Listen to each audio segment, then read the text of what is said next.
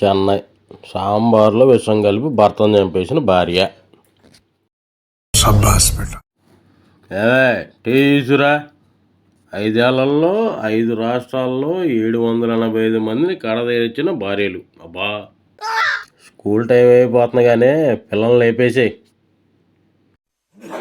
ఇదేంటి సీరియస్ చూసుకుంటూ వెళ్తుంది.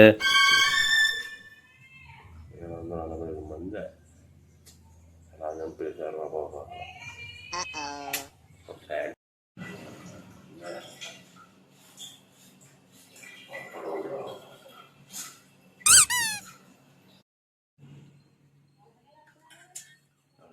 మంది అలా చంపేశారు.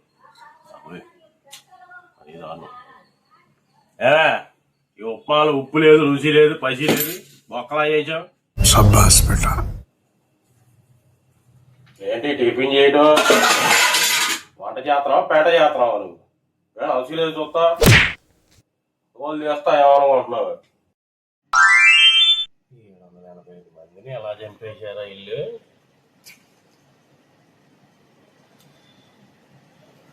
అయినా విషయం దీన్ని అనవసరంగా జరుగుతున్నావా. 785 కడితే 86 అయిపోదు కదా. అంత సినిమా లేదు.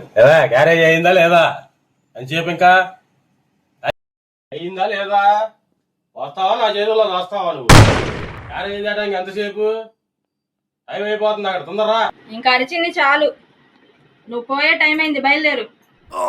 ఏంటే పోయే టైం అయిందా? ఏంటో తిక్క తిక్కగా మాట్లాడుతున్నావా? ఏముండి తెచ్చావే దీంట్లో?